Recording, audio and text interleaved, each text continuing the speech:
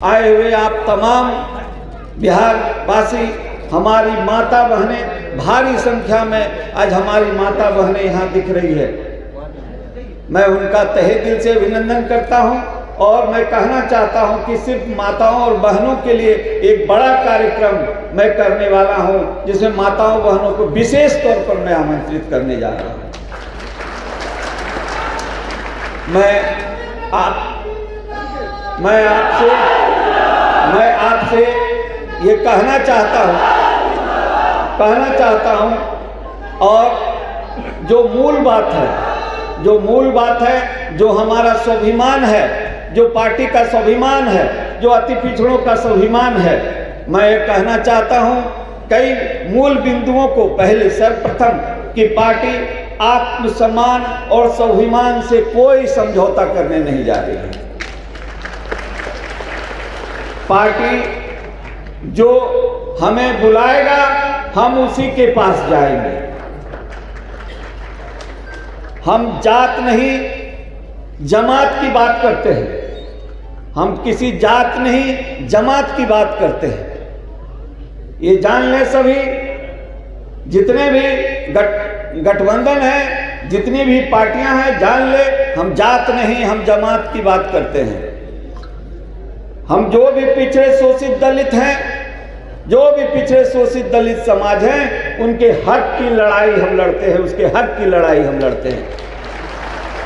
इंकलाब जिंदाबाद, इंकलाब जिंदाबाद। जो दल गठबंधन में हमारे सिद्धांतों के साथ, जो मेरा सिद्धांत है, पार्टी का सिद्धांत है, जो अति पिछड़ों शोषित दलितों के लिए जो हम संघर्ष कर रहे हैं, उसमें जो हमने सिद्धांत बनाया है, हमने कुछ सिद्धांत रखा है, कुछ हमने पार्टी का शपथ, हम लोगों ने घोषणा पत्र दिया है पार्टी का, और उसमें हम लोगों ने लिखा है कि पिछड़ों के लिए हम क्या करेंगे, दलितों के लिए हम क्या करेंगे। जो शोषित वर्ग है, सभी राजनीतिक दल उसकी बात करते हैं, लेकिन काम नहीं करते हैं। क्या काम करते हैं ये आज आप अपनी स्थिति से समझिए, ऐसे लोगों की स्थिति से समझिए कि क्या काम करते हैं। मैं ये कहना चाहता हूँ कि हमारी पार्टी कम से कम, हमारी पार्टी आने वाले लोकसभा जो चुनाव है 2024 का, उसमें मैं बता दूं कि कम से कम 25 से 30 सीट पर चुनाव लड़ने जा रही है। 25 से 30 सीट पर चुनाव लड़ेगी। और ये आपसे मैं बता दूं, आप लोग ने जितनी ताकत दिखाई है और अति पिछड़ा समाज से लेकर शोषित वंचित समाज ने जो ताकत दिखाई है, मेरा वादा है, मेरा दावा है कि कम से कम बिहार में हम लोग अपनी ताकत से 10 सीट निकालने के लिए जा रहे हैं। 10 सीट निकालने के लिए जा रहे हैं।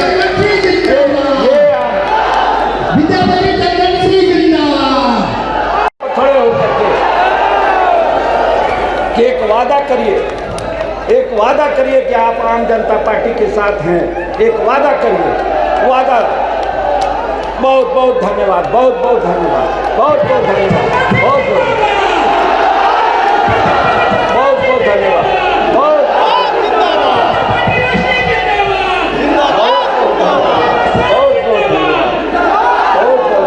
बहुत बहुत धन्यवाद।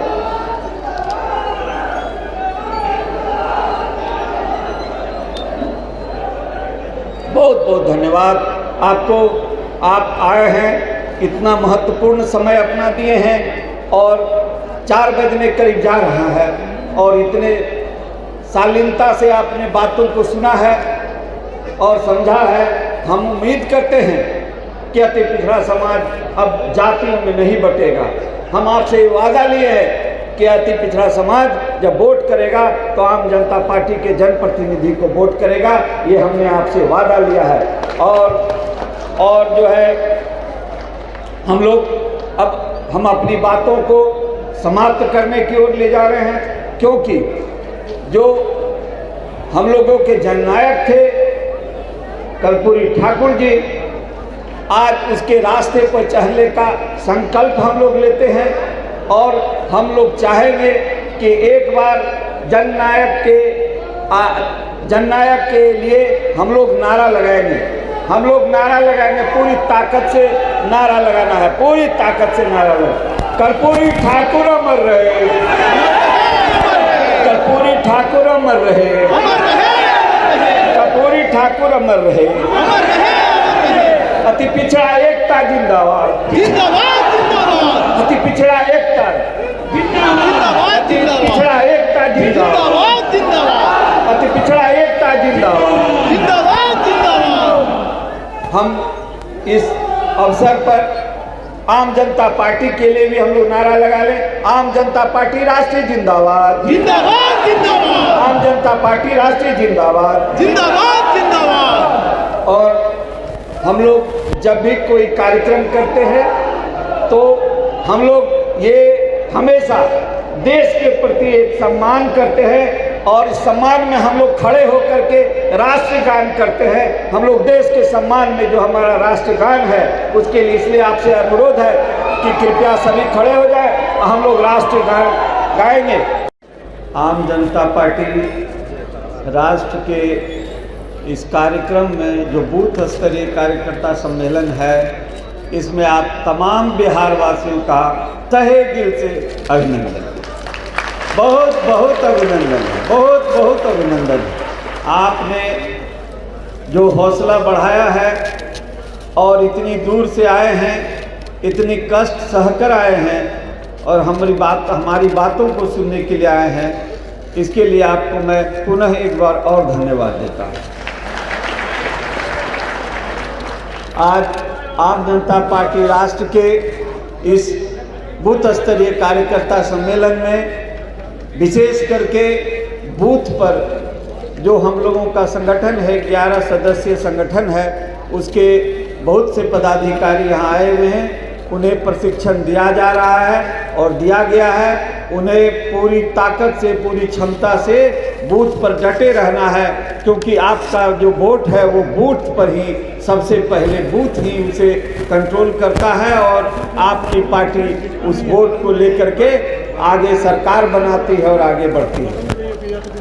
आज इस बूथ स्तरीय कार्यकर्ता सम्मेलन में तमाम बूथ स्तर से आए हुए पदाधिकारियों का स्वागत है और हमारे इस कार्यक्रम में पार्टी के बहुत सक्रिय, बहुत संघर्ष करने वाले हमारे पार्टी के राष्ट्रीय कार्यकारी अध्यक्ष श्री रवि बादशाह जी का मैं तहे दिल से स्वागत करता हूं, जो बराबर आप लोगों से संपर्क करते रहते हैं। और इस कार्यक्रम में उपस्थित प्रधान राष्ट्रीय महासचिव मोहम्मद परवेज खान, राष्ट्रीय महासचिव शिवनाथ शर्मा जी, बिहार प्रदेश कार्यकारी अध्यक्ष ब्रह्मानंद चंद्रवंशी जी, बिहार प्रदेश उपाध्यक्ष देवेंद्र प्रसाद चंद्रवंशी जी, बिहार प्रदेश महासचिव रामकिशोर उर्फ चुन्नू जी, बिहार प्रदेश महासचिव हरिहर प्रसाद जी, बिहार प्रदेश संगठन के मंत्री सुबोध कुमार जी,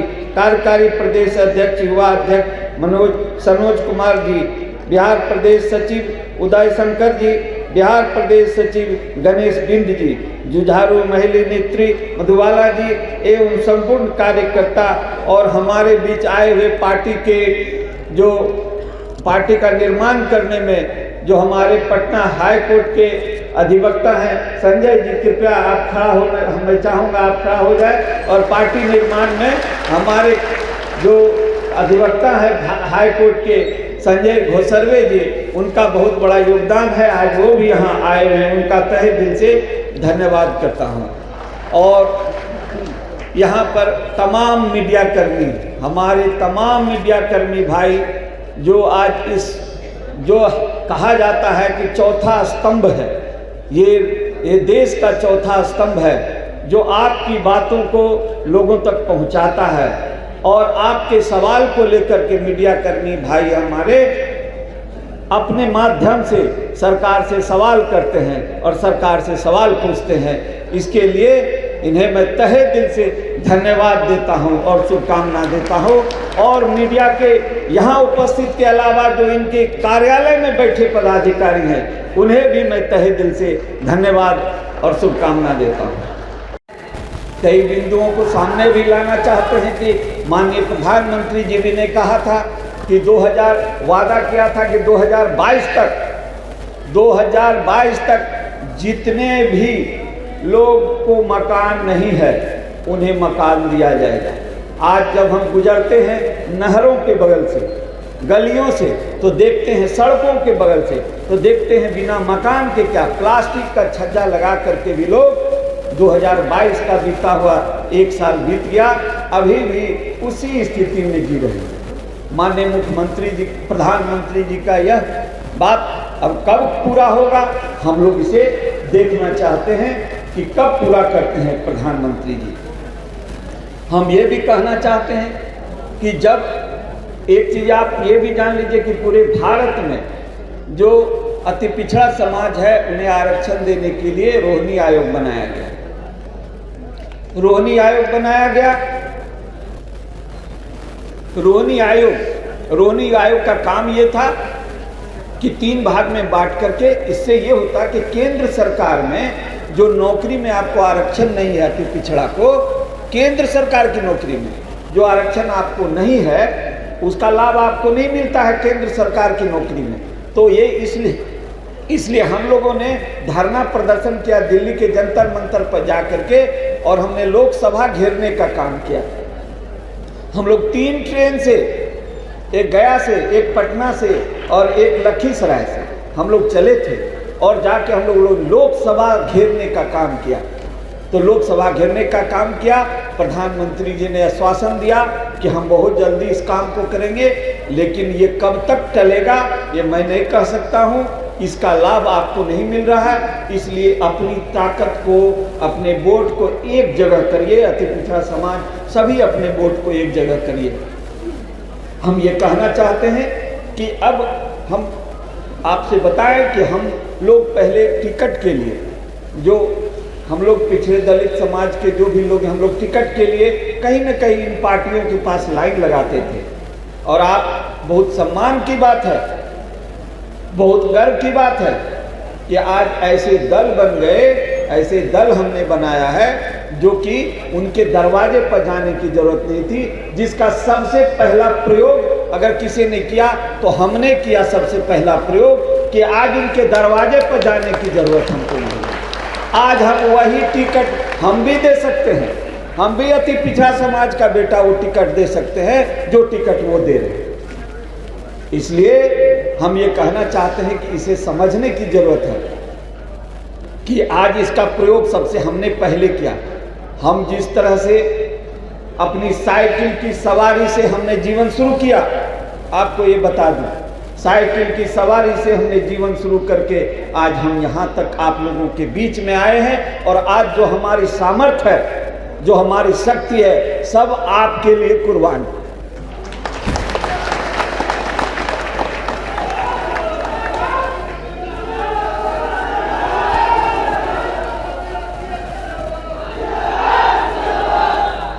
मैं आपसे बताऊं कि हम कहीं भी किसी भी दल में जाकर के एक टिकट ले सकते थे, किसी भी दल में जाके चुनाव लड़ सकते थे, लेकिन हमने संघर्ष का रास्ता चुना।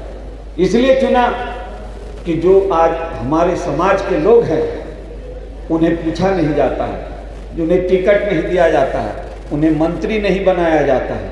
आप जोड़ करके देख लीजिए, आप लोग यहाँ बैठे हुए हैं, जो मैं बोल रहा हूँ, अगर समाज में कितने विधायक हैं आप, कितने मंत्री हैं आप हैं कहाँ? उस संघर्ष को जब हमने शुरू किया है तो आपका साथ यदि हमको मिलेगा तो हम उस जगह तक हम लोग पहुंच जाएंगे जहां तक आज बड़े बड़े लोग पहुंचे हुए हैं। और आपको मेरा दावा है कि आपको वहां तक हम ले जाएंगे। सिर्फ मेरे साथ चलिए, एक वादा कीजिए, एक वादा कीजिए कि हम आपके साथ चलेंगे। हम ये चाहते हैं कि एक बार दोनों हाथ खड़ा कर, देश का 85% युवा बेरोजगार पड़ा है। आपको ये बताएं कि जब भारतीय जनता पार्टी की सरकार आई थी, माननीय प्रधानमंत्री जी ने वादा किया था कि 2 करोड़ नौकरी प्रत्येक वर्ष हम देंगे। हम यह भी जानना चाहेंगे, क्योंकि हम जिस समाज से आते हैं आज वहाँ बेरोजगारी सबसे ज़्यादा है, हमें जानना चाहेंगे भारतीय जनता पार्टी के लोगों से और आपके तरफ से ये जनता जो है उनके तरफ से मैं सवाल पूछना चाहता हूं कि क्या आपने इतनी नौकरियां दी है? नहीं दी है। मैं पूछना चाहता हूं बिहार के ऐसे एक युवा नेता से, तेजस्वी यादव जी से, कि उन्होंने 10 लाख नौकरी कलम पकड़ते जाकर के पहले ही कैबिनेट के मीटिंग में उन्होंने वादा किया कि मैं 10 लाख नौकरी आपको दूंगा। क्या उन्होंने दिया? हम आपसे जानना चाहते हैं। नहीं दिया, झूठा वादा। मैं ये बताना चाहता हूं और कि जो स्थिति हमारे बिहार में है, जब माननीय मुख्यमंत्री जी से सवाल किया गया, माननीय मुख्यमंत्री जी ये बताइए कि आप जो बिहार को कह रहे हैं कि हम नौकरी देंगे, ये करेंगे, यहाँ रोजगार लाएंगे, क्यों नहीं ला पा रहे हैं? 17 वर्ष हो गया। तो माननीय मुख्यमंत्री जी ने जवाब दिया कि बिहार लैंडलॉक एरिया है। हमारे माननीय मुख्यमंत्री जी ने कहा कि बिहार जो है चारों बगल से, चारों तरफ से जमीन से घिरा हुआ है। अगर ये नदी से घिरा हुआ रहता, समुद्र से घिरा हुआ रहता, तो यहाँ रोजगार बहुत ज़्यादा आता। लेकिन माननीय मुख्यमंत्री जी, आपसे जनता पूछ रही है कि ये बताइए माननीय मुख्यमंत्री जी कि लैंडलॉक एरिया, भारत में कई राज्य लैंडलॉक है, लेकिन उनका विकास कैसे हुआ? माननीय मुख्यमंत्री जी, आपसे जनता पूछ रही है, आप इसका जवाब दीजिए कि भारत में इतने लैंडलॉक राज्य हैं, उनका विकास कैसे हो गया और बिहार ही पीछे क्यों है? माननीय मुख्यमंत्री जी, आप ये बताइए, जनता पूछ रही है आपसे। उन्होंने, जहां तक मैं देख रहा हूं कि जो शिक्षक हैं, आज शिक्षक को लाठी से पीटा गया है। हम लोगों ने कहा कि जो शिक्षक के साथ अन्याय हो रहा है, ये बहुत गलत हो रहा है, क्योंकि माननीय मुख्यमंत्री जी कैबिनेट से बराबर कोई न कोई नियम लगा करके शिक्षकों की तबाही बढ़ा देते हैं। जो शिक्षक को पढ़ाना चाहिए, स्कूल में रहना चाहिए, वो शिक्षक रोड पर आप देखिएगा कि लाठी खा रहे हैं। क्या स्थिति है? माननीय मुख्यमंत्री जी, आप ये बताइए, जनता पूछ रही है कि आज जो लाठी से आप शिक्षकों को पिटवा रहे हैं, ये कब तक पिटवाते रहेंगे? ये जनता आपसे पूछ रही है माननीय मुख्यमंत्री जी। मेरा कहना है कि जो शिक्षक आज 15 वर्ष से, जो शिक्षक 15 वर्ष से नौकरी कर रहे थे, वो शिक्षक आज उन्हें परीक्षा देने की बात आ रही है। जो शिक्षक परीक्षा लेंगे, उन्हें परीक्षा लेना चाहिए विद्यार्थियों का, वो अब परीक्षा देने के लिए लाइन में खड़े हैं। अरे माननीय मुख्यमंत्री जी, जब शिक्षक जो है परीक्षा लेने की स्थिति में है, आप उन्हें परीक्षा देने के लिए कहिएगा तो क्या होगा? 16 साल 17 साल से शिक्षक आज जो है सो पढ़ा रहे हैं, उन्हें आप बीपीएससी की परीक्षा लेने कह रहे हैं। जो नियमित शिक्षक, आज हमने देखा है टीवी पर कि जो शिक्षक हैं उसके नियमित बहाली के लिए सरकार कुछ निर्णय लेगी। आज बैठक हो रहा है, आज हमने टीवी पर सुना अभी कि जो नियमित शिक्षक हैं उसकी आवाज़, आज आप लोग यहाँ आए हैं, ये बात जानते ही, आज मेरा 5 अगस्त को कार्यक्रम होना है, जानते ही शिक्षकों को बुलाया गया है, क्योंकि जानते थे कि विद्यापति चंद्रवंशी वहाँ से बोलेगा कि यह गलत है, इसलिए उन्होंने एक लुभावना बात कहते हुए उन्हें बुलाया है। अब बुला करके क्या करेंगे, क्या निर्णय होगा, उन्हें भरमाया जाएगा कि समझाया जाएगा, ये मैं नहीं कह सकता हूँ, तो आज निर्णय के बाद पता लगेगा। लेकिन ये कार्यक्रम जैसे घोषणा हुई, आज मीटिंग रख दिया गया शिक्षकों के हित में। मैं ये जानना चाहता हूँ माननीय बिहार के जितने भी आज महागठबंधन में बैठे हुए जितने भी दल हैं, आज वो दल जो बिहार में राष्ट्रीय जनता दल के नाम से जाना जाता था, उन पर भारी करप्शन का आरोप लगा, बहुत ज़्यादा कि जमीन घोटाला, तो नौकरी के बदले घोटाला, कई घोटालों का नाम लिया गया। आज माननीय मुख्यमंत्री जी कहते थे बिहार के कि मैं किसी भी कीमत पर क्राइम से, करप्शन से और कम्युनलिज्म से समझौता नहीं करूँगा। क्या आप लोग आपसे हम पूछना चाहते हैं, क्या माननीय मुख्यमंत्री जी अपनी बात पर अड़े हुए हैं या नहीं अड़े हुए हैं? केवल एक बताइए। माननीय मुख्यमंत्री जी बदल गए? बदल गए? माननीय मुख्यमंत्री जी बदल गए। वो आज क्राइम से तो करप्शन से जैसे वो उधर गए, जिस समय वो तेजस्वी जी को छोड़ के राष्ट्रीय जनता दल को छोड़ के गए थे, उस समय उन्होंने कहा था कि मैं करप्शन से समझौता नहीं करता हूँ। जवाब दे तेजस्वी, नहीं तो गठबंधन टूट गया। इसका मतलब नीति और नियत साफ नहीं है। नीति और नियत साफ नहीं है, यही मैं कहना चाहता हूँ। आज जो है मैं ये आपसे कहना चाहता हूँ, मैं ये कहना चाहता हूँ कि बिहार में या कहीं भी 35 से 37% चाहे केंद्र हो चाहे बिहार हो, सरकार बनती है।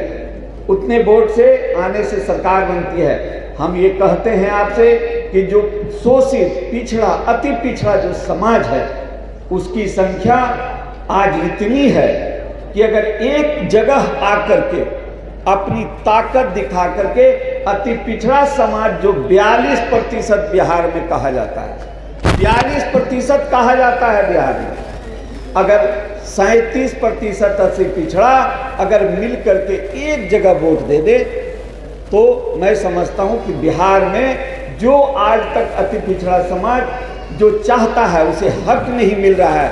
मेरा दावा है कि उसका मुख्यमंत्री होगा और उससे सबसे पहले उसे बिहार। आपसे आह्वान करते हैं, हम सभी अति पिछड़ा भाइयों से आह्वान करते हैं कि जातियों में मत बंटो, एक हो जाओ, एक हो जाओ सभी अति पिछड़ा, एक हो जाओ सभी अति पिछड़ा, तभी तुम सरकार में आ सकते हो। नहीं तो डिवाइड एंड रूल जो एक अंग्रेज का शासन था कि अति पिछड़ा समाज को बांटो और राज करो। क्या हुआ था आप याद कीजिए, 2005 में माननीय मुख्यमंत्री जी जिस समय अलग हुए लालू जी से, उस समय क्या हुआ, सरकार बना लिए थे माननीय मुख्यमंत्री जी। किसके नाम पर? कहते थे लालू जी के जिन निकलता है। किसका जिन निकलता है? अति पिछड़ों का जिन निकलता था। जो अति पिछड़ा जो थे उसी का जिन निकलता था, और वो जिन माननीय मुख्यमंत्री जी के साथ जब आया तो उसे कुर्सी पर बैठा दिया। लेकिन हमारा हक और अधिकार, जो अति पिछड़ों का अधिकार था, जो अति पिछड़ों की 127 जाति आज हो गई। जिस समय कर्पूरी जी ये अति पिछड़ा का आरक्षण दिए थे बिहार में, उस समय 77 जाति थी और आज 127 जाति हो गई। बचा खुचा कसर माननीय मुख्यमंत्री जी ने पूरा कर दिया। किस तरह पूरा किया कि जो पिछड़े समाज के मजबूत जाति के लोग थे, उन्होंने अति पिछड़ा समाज में 5 ऐसे जातियों को डाल दिया, जो कि आज अति पिछड़ा समाज जो अपना नौकरी ले रहा था, बीडीओ बन रहा था, सीओ बन रहा था, दरोगा बन रहा था, उसकी सब की नौकरी चली गई। वो आर्थिक रूप से ज़्यादा संपन्न थे, शिक्षा में वो आगे हो गए थे। वो जो है आकर के जो अति पिछड़ा पुराना अति पिछड़ा समाज था, उसका हक अधिकार लूट लिया। लेकिन अति पिछड़ा समाज आज भी बरगलाया जा रहा है। हम इसी को कहने के लिए आपको बुलाया और कह रहे हैं कि जाति में नहीं बंटना है, एक हो जाना है। अति पिछड़ा समाज, आज मैं आपको बता दूं कि जो 127 जाति है, इस 127 जाति में क्या किया गया कि जो पंचायती राज था, पंचायती राज में 20% आरक्षण दिया गया। ऐसे लोगों को जो कि चुनाव में नहीं आ पाते थे, उन्हें सीट आरक्षित कर दिया गया। सीट आरक्षित कर दिया गया। सीट आरक्षित करने तो कर दिया गया, लेकिन किया क्या गया, इधर 5 जो जाति थी उसको जैसे डाल दिया। तो आप आंकड़ा निकाल लीजिए, मेरे पास आंकड़ा है कि 5 जाति को जो डाला गया, आपके आरक्षित सीट में वो भी खड़े होने लगे और आपका अधिकार वहां छीना जाने लगा। और इतना ही नहीं, 5 जो जाति आई जब, तो वो जातियां आपके नौकरी को भी खाने लगी। मेरा कहना ये नहीं है कि बहुत गलत हुआ, मेरा कहना ये है कि भाइयों बहनों कि ये अच्छा है कि हमारी जाति के, हमारे अति पिछड़ा में ज़्यादा लोग हो गए, ये अच्छी बात है। लेकिन मेरा कहना एक बात है कि अति पिछड़ा समाज में आप जो आरक्षण था, जो 12% पिछड़ों के पास आरक्षण था, जब आप उससे 5 जाति इसमें डाल रहे थे तो आप क्यों नहीं 2% आरक्षण, 3%, 4% आरक्षण हमको दे दिए। इसी बात का हम विरोध करते हैं, जिसके चलते अति पिछड़ा समाज की नौकरी भी गई और अति पिछड़ा समाज का जो अधिकार था वो भी गया। आज BDO, CO और छोटे छोटे नौकरियों में उन्हें अधिकार से आज वंचित कर दिया गया। ये हम आपको बताना चाहते हैं। इसलिए आप लोग सभी अति पिछड़ा समाज के लोग एक हो जाइए, तब हम जाकर के जो राजनीतिक अधिकार है, आज जिस समय हम लोग का देश आज़ाद हुआ उस समय भी ये जो देख लीजिए कि अति पिछड़ा समाज की आर्थिक स्थिति और शैक्षणिक स्थिति, किन्हें अनुसूचित जाति बनाया गया। जो संविधान में जो आज आप देखते हैं अनुसूचित जाति, जनजाति, ये उन्हें डाला गया अनुसूचित जाति को जिनका छुआछूत का प्रावधान था, जिन्हें छुआछूत जो होता था उस जाति के जो लोग थे उन्हें डाला गया अनुसूची में, अनुसूचित जाति में। लेकिन उसके समानांतर जो अति पिछड़ा समाज था उन्हें भूल जाया गया। तो एक संघर्ष हुआ, मंडल कमीशन आया, उसके बाद हम लोगों ने संघर्ष किया। लेकिन अब जो समय आ गया है वो अति पिछड़ा समाज को एकजुट होने का समय आ गया है। मैं ये आपको बताना चाहता हूँ और आपको कहना चाहता हूँ, आप जहाँ भी जाएं अपने लोगों के बीच ये बात संवाद फैलाएं कि अति पिछड़ा समाज ये आम जनता पार्टी राष्ट्रीय कोई संगठन नहीं है। ये आम जनता पार्टी राष्ट्रीय एक राष्ट्रीय पार्टी है जिसका रजिस्ट्रेशन वहीं से हुआ है जहां से भारतीय जनता पार्टी का रजिस्ट्रेशन हुआ, जहां से जदयू का रजिस्ट्रेशन हुआ, जहां से RJD का रजिस्ट्रेशन हुआ। ये पार्टी क्यों बनाया गया? ये पार्टी आपको ताकत देने के लिए बनाया गया। लेकिन ताकत कब मिलेगा? जब इस पार्टी के जो भी प्रतिनिधि हुए, जब उन्हें आप वोट देंगे तब उन्हें ताकत मिलेगा। तब आप देखिएगा कि आपकी शक्ति क्या है, तब आप देखिएगा कि आपकी शक्ति क्या है।